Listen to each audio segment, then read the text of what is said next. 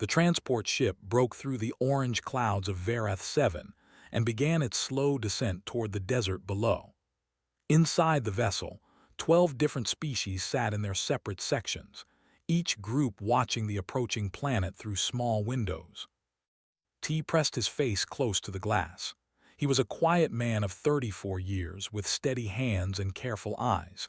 He had spent his whole career building things that would last: bridges, tunnels, emergency shelters. Now he was millions of light years from Earth, about to build something on an alien world. "It looks angry," said Hannah from the seat beside him. She was younger, 29, with short black hair and a mind that never stopped working. She studied rocks and soil for a living. To her, every planet told a story in its dirt. "It looks hot," said Wu from across the aisle. He was the oldest of the three humans, 41 years old with gray hair at his temples. He had been a soldier once, then an engineer, and now he was the leader of this small human team. His voice was calm, like a man who had seen too much to be surprised by anything. The ship touched down with a heavy thud. Red dust rose around the windows and blocked out the light for a moment. When it cleared, T could see the landscape clearly. It was nothing but sand and rock, stretching in every direction under two burning suns. A voice came over the speakers in 12 different languages. "Welcome to Verath 7. You have 72 hours to construct survival shelters.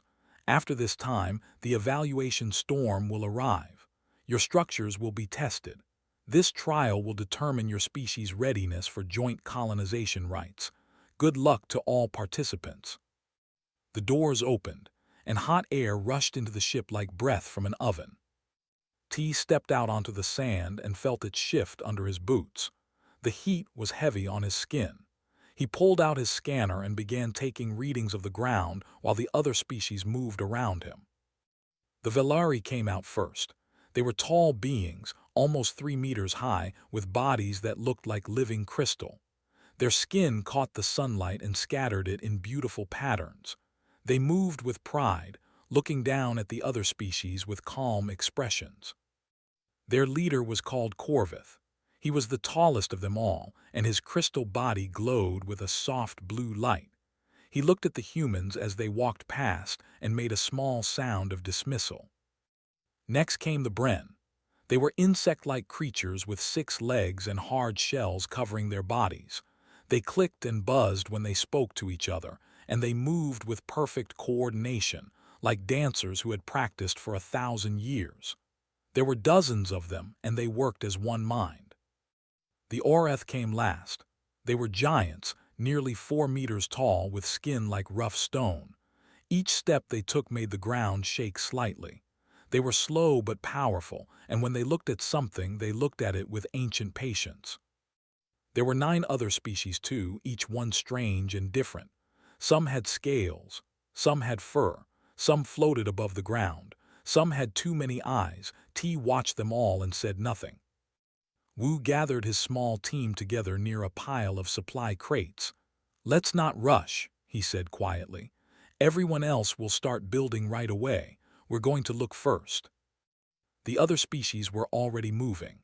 The Velari walked to a high point of ground and began to sing. As they sang, crystals grew from the sand and rose toward the sky. Within minutes, the first spire of their shelter was already taller than any human building. The Bren scattered across the ground, each one carrying materials from their ship. They built fast, faster than T could follow. A great dome began to form, made of hardened secretions from their bodies. It looked like a honeycomb, beautiful and complex. The Oreth simply walked to a rocky hillside and began to carve. Their stone hands cut through solid rock like it was soft clay. They were making a cave, a shelter carved directly into the planet itself. Hannah watched all of this with her arms crossed. "They're showing off," she said.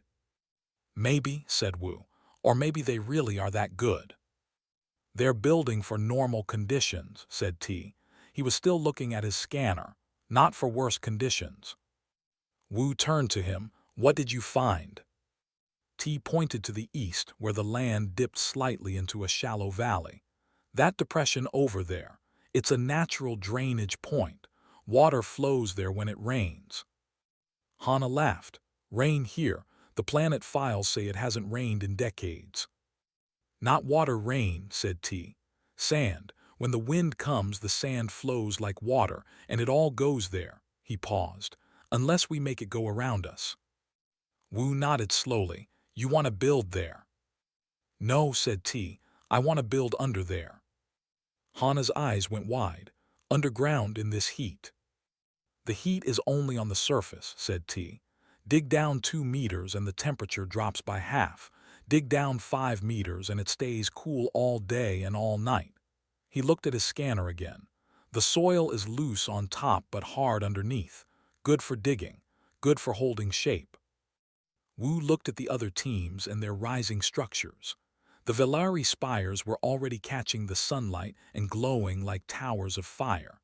The Bren dome was growing larger by the minute. The Oreth had carved out a hole big enough to fit a ship. Then he looked at the small pile of supplies they had been given. Shovels, beams, sheets of metal, simple tools. They'll laugh at us, said Hana. Let them laugh, said Wu. We're not here to look pretty, we're here to survive. He picked up a shovel and handed it to T. Then he picked up one for himself. Let's start digging, he said. The twin suns beat down on them as they walked toward the low valley. Behind them, the sounds of alien construction filled the air. Crystal singing, insect clicking, stone breaking. The humans walked in silence, carrying their simple tools, and no one watched them go. The first day passed slowly under the twin suns. T dug until his arms burned. Hana dug until her back screamed for rest. Wu dug until blisters formed on his palms and broke open. Then they kept digging. By sunset, they had carved out a rectangle in the hard-packed earth. It was 5 meters long, 4 meters wide, and 2 meters deep. To anyone watching, it looked like nothing more than a hole in the ground. A grave, perhaps, for 3 foolish humans who did not know how to build. The Velari noticed first. Corvith walked across the sand with 3 of his kind, their crystal bodies glowing softly in the fading light. They stopped at the edge of the human dig site and looked down with expressions that might have been pity. What is this? Corvith asked. His voice sounded like glass chimes in the wind. Wu climbed out of the hole and wiped the sweat from his face. Our shelter, he said. Corvith tilted his head. For a moment he said nothing. Then he laughed. It was a strange sound like ice cracking. The Velari behind him laughed too. You dig in the dirt like ground worms, said Corvith. Like creatures without thought or culture. Is this the best your species can offer? Wu did not react to the insult. It will keep us alive, he said simply. Corvith gestured toward the Velari camp, where their crystal spires rose 50 meters into the darkening sky. The structures caught the last light of the suns and scattered it in 1,000 colors. It was beautiful beyond words. That will keep us alive, said Corvith, and it will do so with dignity, with art, with meaning. He looked down at the hole again. You build like animals hiding from predators. Yes, said Wu, we do. This answer seemed to confuse Corvith. He waited for more, but Wu offered nothing else. Finally, the Velari leader shook his head and walked away with his companions. Their laughter carried across the sand for a long time. Hana climbed out of the hole and stood beside Wu. I wanted to hit him, she said. I know, said Wu, but we don't have time for that. By morning of the second day, word had spread among all 12 species. The humans were digging a hole. The humans were building underground. The humans did not know what they were doing. Teams from other species came to watch, one after another. The Bren clicked their mandibles in patterns that sounded like mockery. The Oreth rumbled deep in their stone chests, a sound of disbelief. Even the smaller species, the ones who had been quiet until now, came to stare at the humans working in their pit.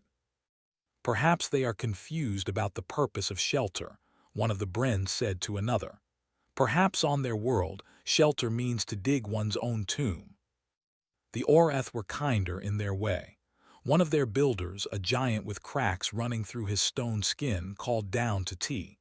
"Little creature, do you need help? We can carve proper stone for you. This dirt will not hold." T looked up and shook his head. "Thank you, but the dirt will hold. We have tested it." The Oreth builder made a sound that might have been a sigh. "When the storm comes, your walls will fall. The sand will fill your hole. You will drown in dust." He shook his massive head. "It is sad. Your species seemed promising." T did not argue. He simply returned to his work. By the end of the second day, the shelter had taken shape. It was not beautiful. It was not tall. It barely rose above the ground at all. From the outside, it looked like a low mound of dirt and stone, no taller than a man. The entrance was a heavy metal door set at an angle, facing away from the east where the wind usually came from. Two small pipes stuck up from the mound, each one topped with a strange filter made of layered mesh. Underground, it was a different story. T had designed every part with care. The walls were reinforced with metal beams driven deep into the hard soil. The ceiling was arched, not flat, so that pressure from above would spread outward instead of pushing straight down. The floor sloped slightly toward a drainage channel that led to a sump pit in the corner. Hana had chosen the location perfectly. The shelter sat in the lowest point of the small valley, but the drainage system meant that anything flowing toward them would flow around them and past them instead. There were two chambers inside. The main room held their supplies, their beds, and their equipment. The smaller room was a sealed space with its own air supply in case the main room was breached. The entrance was not a simple door. It was an airlock system with two doors, one after the other. Between them was a small chamber where any sand or dust could be trapped before reaching the main shelter. Wu looked around at their work and nodded slowly. "It's ugly," he said. "It's functional," said T. "Same thing," said Hana with a tired smile. That night the three humans sat outside their shelter and looked at the structures the other species had built. The Velari spires glowed under the stars like frozen flames. The Bren dome pulsed with soft light from within, and they could hear the humming of the hive even from this distance. The Oreth caves were dark, but the carved entrances were works of art, with symbols and images cut into the rock. All around the camp, 12 species had built monuments to their skill and culture. Towers and domes and carved temples, each one more impressive than the last. And in the center of the valley, barely visible in the starlight, was a small mound of dirt with a metal door. "They really think we're fools," said Hana quietly. "They think we don't know how to build," said T. "They're wrong." Wu lay back on the sand and looked up at the alien stars. "On Earth," he said slowly, "our ancestors survived ice ages. They survived floods and fires and earthquakes. They survived things that killed bigger and stronger creatures." He paused. "They survived because they knew how to hide, how to dig, how to wait." "You think the storm will be bad," said Hana. It was not a question. "The planet is called Verath 7, said Wu. "But in the old survey records before they changed the name, it was called something else." He sat up and looked at his teammates. "It was called the Grinding Stones." T felt a chill run down his spine despite the heat. Why did they change the name? "Because no one wanted to colonize a planet called the Grinding Stones," said Wu. "Bad for marketing." He stood up and dusted the sand from his clothes. "Get some sleep. Tomorrow we finish the filters and seal every crack. I want this shelter locked down before the storm arrives." The twin suns rose on the third day and the humans worked without speaking. They checked every seal. They tested every door. They made sure the air filters were clean and the drainage channels were clear. At noon, Hana noticed something strange. The small lizard creatures that lived in the sand, the ones they had seen on the first day, were gone. Every single one of them had disappeared. She told Wu, and his face became very serious. "They're hiding," he said. "They know something is coming." Above them the sky was clear and bright. The twin suns burned hot. There was no wind at all. But somewhere beyond the horizon, something was gathering, something old and terrible and patient. The storm was coming. Hana walked across the empty sand where the lizards used to hunt. Just yesterday, dozens of the small armored creatures had scattered at her approach, diving into their burrows with quick, jerking movements. Now there was nothing. The burrows themselves were filled with packed sand, sealed from within. She knelt down and touched the sand. It felt different somehow, charged, like the air before a thunderstorm on Earth. T, she called, come look at this. T walked over with his scanner in hand. He had been taking readings all morning, and his expression had grown more worried with each passing hour. The atmospheric pressure is dropping, he said. Slowly, but it's dropping, and the temperature difference between the upper atmosphere and the ground is growing. He showed her the screen. On Earth, conditions like this create tornadoes, hurricane-force winds, dust storms that can strip paint from metal. Hana stood up and looked toward the east. The horizon was hazy, but the sky was still blue, still peaceful. How long do we have? She asked. I don't know exactly, said T, but the lizards know and they're hiding. They returned to the shelter and found Wu standing at the entrance, looking up at the crystal spires of the Velari camp. His face was unreadable. We need to warn them, he said. Hana frowned. They won't listen. You saw how Corvith looked at us. We're animals to them, ground worms. Maybe, said Wu, but we have to try. If people die because we didn't speak, that's on us. He started walking toward the Velari camp without waiting for an answer. T and Hana looked at each other, then followed. The walk took 10 minutes. The sand was getting warmer with every hour, and the air felt thick and heavy. By the time they reached the crystal spires, all 3 humans were covered in sweat. Corvith was standing in the shade of the largest tower, directing a group of his kind who were adding decorative elements to the structure. The spires were complete now, a masterpiece of crystal engineering that caught the light and threw it in every direction. The Velari leader saw the humans approaching and made a sound of annoyance. You again, he said. Have you come to ask for help, to beg us to save you from your foolish hole? Wu stopped a few meters away and kept his voice calm. We came to warn you. Corvith laughed. Warn us about what? Has your pit started leaking? The storm, said Wu. The storm that's coming. It's going to be worse than you think, much worse. This made Corvith stop laughing. He turned to face Wu fully, his crystal body catching the light. We have survived storms on 100 worlds, human. Our spires are designed to bend with the wind. They will not break. Your spires are designed for normal storms, said T. He stepped forward and showed his scanner. Look at these readings. The pressure differential is growing. The temperature gradient is extreme. This isn't going to be a normal storm. This is going to be a... Enough! Corvith's voice cut through the air like breaking glass. We do not need lessons from a species that builds its shelter in a hole. Your instruments are primitive. Your understanding is limited. You have been in space for what, a few centuries?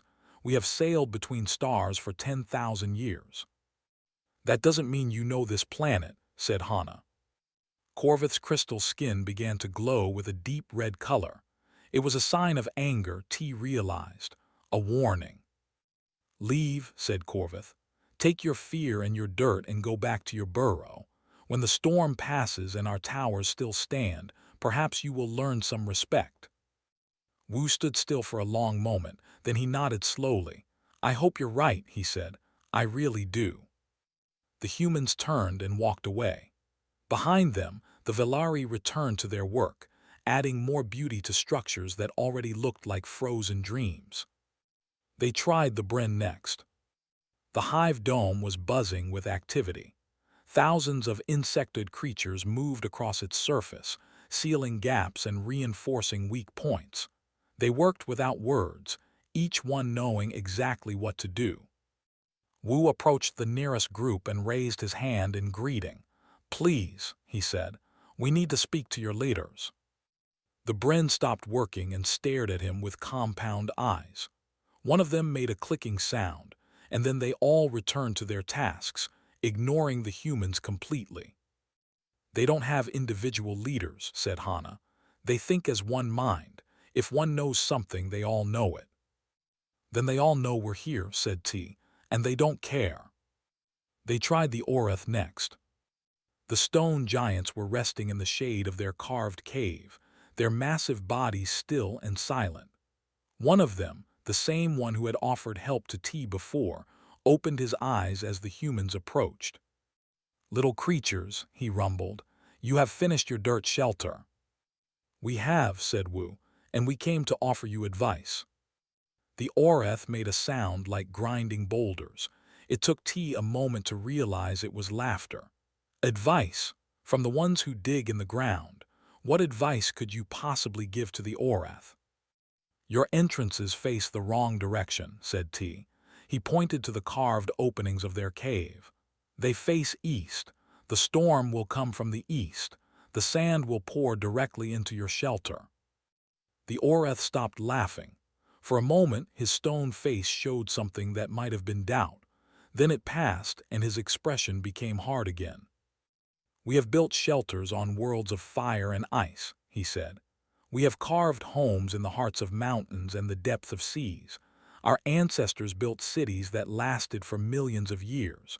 Do not presume to teach us, little creature. Your species is still learning to walk among the stars." Wu sighed. "Will you at least consider sealing your entrances when the storm comes?" "We will consider your words," said the Orath, but his tone made it clear that he would not. The humans walked back to their own shelter in silence. The air had grown even heavier, and there was a strange taste to it now, like metal, like blood. "We tried," said Hana. "We did," agreed Wu. They spent the next few hours making final preparations. T checked the door seals one more time. Hana organized their supplies and made sure they had enough water and food for at least a week. Wu tested the emergency radio and confirmed it was working. At sunset, the sky began to change. It started slowly. A dark line appeared on the eastern horizon, so thin it could have been a trick of the light, but it grew, and it grew, and it kept growing. T climbed to the top of their mound and looked east with binoculars. What he saw made his heart stop. It was not a storm. It was a wall of sand and wind that stretched from the ground to the sky, blocking out the stars as it moved. Lightning flickered inside it, purple and white, illuminating swirling shapes that seemed almost alive. He lowered the binoculars with shaking hands. "Everyone inside," he said, "now." The three humans climbed down into their shelter. Wu sealed the first door. Then he sealed the second door. Then he activated the emergency locks that would keep both doors closed no matter what happened outside. In the dim light of their underground room, they looked at each other. "How bad?" asked Hana. T didn't answer, he just shook his head. Above them, the first winds began to blow. They could hear the sand starting to move, whispering across the surface of their mound like the voice of something ancient and hungry. The storm had arrived. The first hour was not so bad. The wind howled above their shelter, and they could hear sand scraping against the metal door like thousands of tiny claws. But the walls held. The ceiling stayed firm. The air coming through the filtered vents was clean and cool. Hana sat on her bed and tried to read a technical manual on her tablet, but she could not focus. The sounds from above were too strange, too wrong. "It's getting louder," she said. No one argued with her. T was watching the pressure gauge he had installed near the door. The needle was climbing steadily. Outside, the atmospheric pressure was dropping fast, which meant the wind was accelerating. He did quick calculations in his head and did not like the answers. "We're past 200 kilometers per hour," he said quietly. "Maybe more." Wu was sitting with his back against the wall, his eyes closed. He looked calm, but his hands were gripping his knees too tightly. "How high can it go?" he asked. "I don't know," said T. "The records for this planet are incomplete. Most of the early survey teams didn't survive long enough to take measurements." The shelter shook, not a small shake, but a deep, grinding vibration that seemed to come from everywhere at once. Dust fell from the ceiling, and one of the support beams creaked with a sound like a screaming animal. Hana jumped to her feet. "What was that?" "The storm is pushing against the ground," said T. He was speaking fast now, his voice tight with controlled fear. "The pressure wave is traveling through the soil. It's hitting our walls from the side." Another shake, stronger this time, the lights flickered. Wu opened his eyes and stood up. "Everyone to the safe room, now." They moved quickly, grabbing their emergency bags and hurrying toward the smaller chamber at the back of the shelter. Wu sealed the door behind them and activated the backup power system. This room was smaller, barely big enough for the three of them to sit together. But it was also stronger. The walls were double reinforced, and the ceiling was a solid arch of metal and stone. "If the main room fails, this room will hold," said T. He sounded like he was trying to convince himself as much as the others. Through the sealed door, they could hear the storm growing worse. What they did not see was what was happening on the surface. The Velari spires lasted 43 minutes. The crystal towers had been designed to bend, and they did.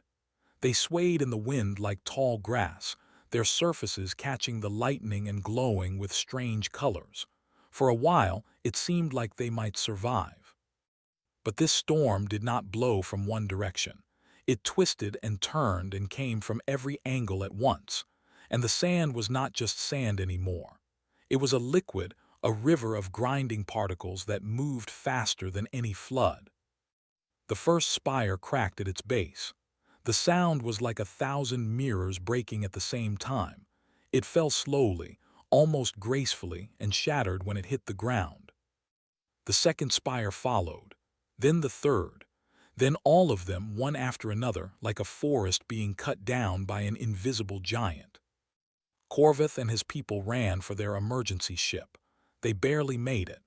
Behind them, 10,000 years of crystal-building knowledge disappeared into the grinding wind. The Bren Dome lasted longer. It was a good design, a strong design.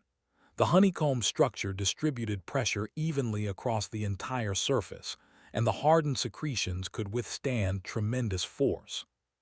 But the Bren had not accounted for the sand-finding gaps.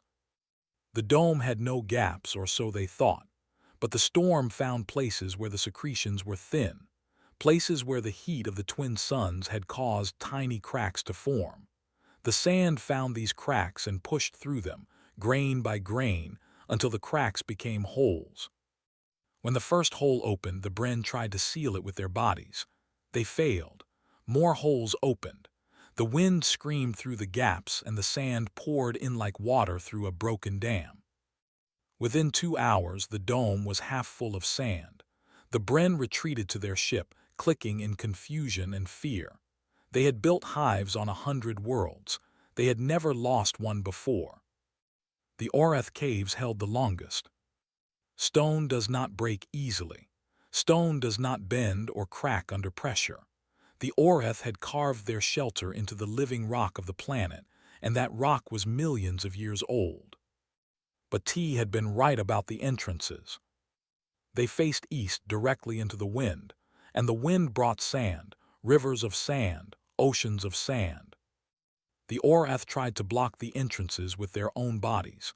They stood in the openings and let the sand beat against their stone skin. For hours they held. Their strength was legendary, and they would not move. But even stone giants get tired, and the storm did not. One by one, the Orath were pushed back. The sand filled the front chamber, then the middle chamber, then began to pour into the back chamber where the rest of their kind were sheltering. They had to leave. The eldest Orath, the one who had spoken to T, gave the order with tears of liquid stone running down his face. They climbed out through an emergency tunnel and stood on the surface, exposed to the full force of the storm. The sand stripped layers from their skin. The wind pushed them to their knees. They crawled toward the emergency ships, leaving trails of broken stone behind them. Every species on Verath 7 had the same experience. The beautiful structures fell. The clever designs failed. The proud towers crumbled. Underground, the humans waited. The shaking had become constant now. T was pressed against the wall, feeling each vibration through his spine. Hana had her hands over her ears, trying to block out the endless roar of wind and sand. Only Wu was still. His eyes were fixed on a small screen that showed the structural integrity of their shelter. "Outer chamber is holding," he said. "Some sand coming through the seals, but the drainage system is working. It's flowing around us, not into us." "How long has it been?" asked Hana. Wu checked his watch. 11 hours. It felt like a lifetime. Around the 14th hour, there was a new sound. A grinding, tearing sound that made all three of them freeze. "What was that?" whispered Hana. T checked his instruments. His face went pale. "Something is pressing against the north wall, something heavy." They sat in silence, listening. The pressing sound continued, then stopped, then started again. "Sand drift," said T after a long moment. "The sand is piling up on one side of the shelter. It's pushing against the wall." "Will it hold?" asked Wu. T did the math in his head. "The wall is designed for 3 meters of pressure. The drift is probably 2.5 meters, maybe 3. "So maybe," said Wu. "Maybe," agreed T. They waited. The grinding continued. The walls creaked and groaned. But they held. At hour 19, something changed. The sound outside grew quieter. The shaking became less violent. The pressure on the walls began to decrease. "Is it over?" asked Hana. Her voice was hoarse from hours of silence. T checked his instruments again. "The wind is dying down. The atmospheric pressure is stabilizing." He looked up with tired eyes. "I think it's ending." They did not move for another 2 hours. They wanted to be sure. They had to be sure. Finally, at hour 21, Wu stood up and walked to the door of the safe room. He opened it slowly and stepped into the main chamber. There was sand on the floor. A thin layer of it had made it through the seals and collected in the drainage channel, but the walls were intact. The ceiling was whole. The structure had survived. Wu climbed the stairs to the airlock. He could feel the temperature dropping as he approached the surface. The twin suns must have been blocked by dust clouds. He opened the first door. Sand fell in, but not much. He pushed through it and reached the outer door. For a moment, he hesitated. Then he pushed the door open and stepped outside. The world had changed. The landscape was completely different. Dunes had moved. Rocks had been buried. The horizon looked wrong. And everywhere, in every direction, there was destruction. Wu looked at the place where the Velari spires had stood. There was nothing there, just sand. He looked at the Bryn dome. It was half buried, and the exposed portion looked like a broken egg. He looked at the Orath caves. The entrances were completely gone, filled with solid sand. Then he looked down at his own feet. He was standing on a low mound, barely visible, with a metal door set at an angle. Ugly, simple, functional. Intact. Behind him, T and Hana climbed out and stood in the silence. They looked at the devastation and said nothing. There were no words for what they were seeing. After a while, Hana spoke. "Did anyone else survive?" As if in answer, emergency lights began to flicker in the distance. The other species were emerging from their ships, from their emergency pods, from whatever shelters had held. They were alive, but their great constructions were gone. And the humans were standing on the only structure that had survived the storm. The silence after the storm was the loudest thing T had ever heard. He stood on top of their shelter mound and watched the twin suns slowly appear through the thinning dust clouds. The light was orange and strange, filtered through billions of particles still hanging in the air. Everything looked like a painting done in rust and gold. Across the changed landscape, figures were beginning to move. Emergency hatches opened. Rescue lights blinked. Voices called out in a dozen different languages. The Velari were the first to approach. Corvith walked slowly, his crystal body dull and scratched. The beautiful patterns that had once covered his skin were gone, scoured away by hours of exposure to the grinding wind. Behind him came 7 others. Just 7. The rest were still being treated for their injuries on the emergency ship. He stopped at the base of the human shelter and looked up. His eyes moved over the ugly mound, the angled door, the simple ventilation pipes that still poked up from the sand. Then he looked at Wu, who stood waiting with his arms at his sides. For a long moment, neither of them spoke. "I came to mock you," said Corvith finally. His voice was different now, quieter. "When we landed, I looked at your hole in the ground and I felt only contempt. I thought your species was primitive, foolish, incapable of true construction." Wu said nothing. "I have lived for 600 years," continued Corvith. "I have built towers on worlds that circle dying stars. I have created structures that will stand for millennia after I am dust." He paused, and something like pain crossed his crystalline face. "And all of it means nothing if I cannot keep my people alive." He lowered his head. On a Velari, this was the deepest form of respect. "Teach us," he said, "please." Wu looked at the damaged alien for a long time. Then he stepped forward and offered his hand. "Come inside," he said. "It's not beautiful, but it's cool and there's water." One by one, the other species came. The Bren arrived in a group of 30, their shells cracked and their movements slow. They did not speak to the humans directly. Instead, they walked around the shelter in circles, studying every angle, every detail, every choice that had been made. When they finished, one of them touched the metal door with a careful leg and made a clicking sound that Hana's translator rendered as elegant function. The Areth came alone.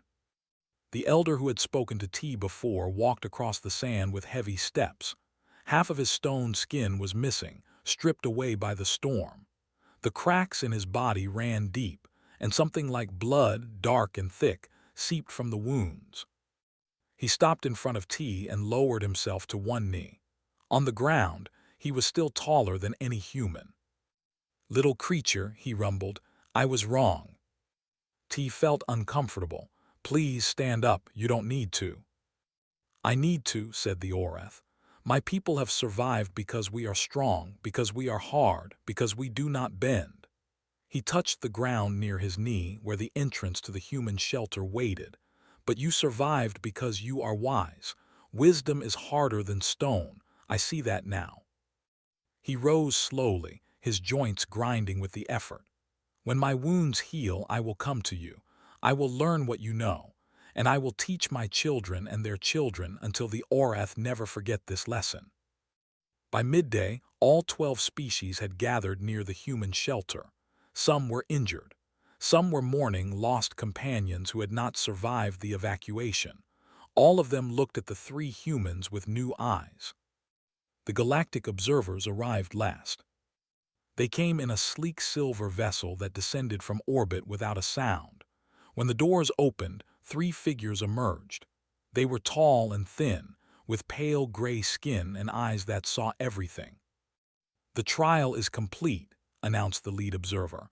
Her voice was transmitted to every translator at once. "The results have been recorded."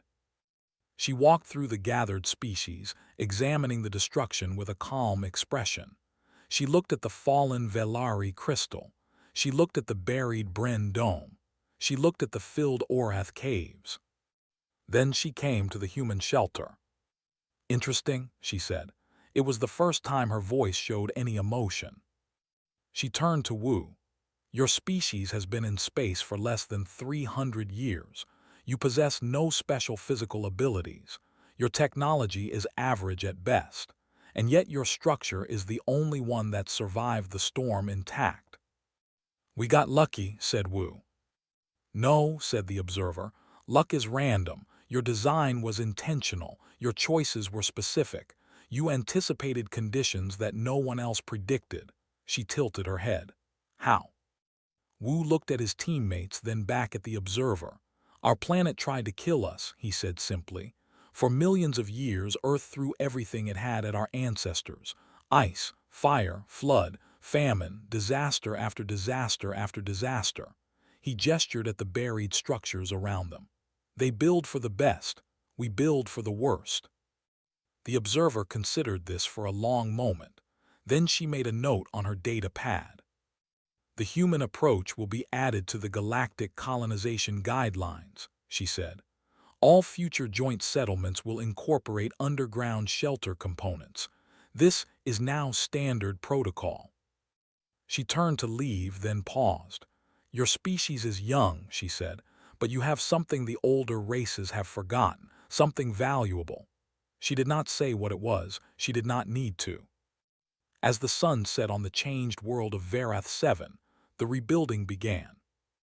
But this time it was different. The Velari were digging. Their crystal hands, designed for delicate work, carved through the soil with surprising efficiency. They were building the framework for an underground foundation, following instructions that T had drawn on a piece of scrap metal. The Bren were working on the surface, but they were no longer building upward. Instead, they were creating a network of connected underground chambers, each one reinforced with their hardened secretions. The design was half human, half Bren, something new. The Orath were carving tunnels deep into the rock, but now the tunnels curved and twisted, with entrances that faced away from the prevailing winds. The elder stood with Hana, listening as she explained the principles of fluid dynamics in sand-heavy environments. Other species were doing the same. Everywhere, the proud towers and elegant domes were being replaced by something simpler, something uglier, something that would survive. Wu sat on a rock and watched it all happen. Hana came and sat beside him. They're learning fast, she said. They're smart, said Wu. They just forgot some things along the way. What kind of things? Wu was quiet for a moment. Then he said, when you're strong for a long time, you forget how to be afraid. You forget that the universe doesn't care how beautiful your buildings are. You forget that survival isn't about showing off. It's about being ready for the worst day you've ever seen. Hana nodded slowly, and we never forgot. How could we? Said Wu. We came from a planet that never let us forget. Every earthquake, every volcano, every tsunami, every ice age. Every time we built something beautiful, Earth reminded us that beautiful means nothing if it falls down. T joined them, sitting on the ground with his back against the rock. He looked tired but satisfied. Corvith asked me something interesting, he said. What? Asked Wu. He asked why we didn't gloat, why we didn't celebrate our victory or mock them for failing. T smiled faintly. I told him that on Earth, when a storm destroyed someone's home, you didn't laugh at them. You helped them rebuild. Hana looked at the aliens working in the distance. They're not so different from us, she said. No, agreed Wu. They're not, they just had easier planets. He stood up and stretched his tired muscles. Come on, we've got work to do. They need help with the drainage systems, and none of them understand water flow like Hana does. The three humans walked down from the rock and joined the rebuilding effort. They worked side by side with creatures made of crystal, creatures made of shell, creatures made of stone. They shared what they knew and learned what they did not. And as the twin suns set on Verath 7, a new kind of colony began to take shape. Not a monument to any single species' pride, but a survival shelter for all of them together. It was not beautiful. It was not elegant. It did not rise toward the sky or catch the light in spectacular ways. But it was strong. It was ready. And when the next storm came, as it surely would, every species would be safe inside. Because now they all understood what the humans had always known. The universe does not care how impressive you are. The universe only cares whether you survive. and humans had always been survivors.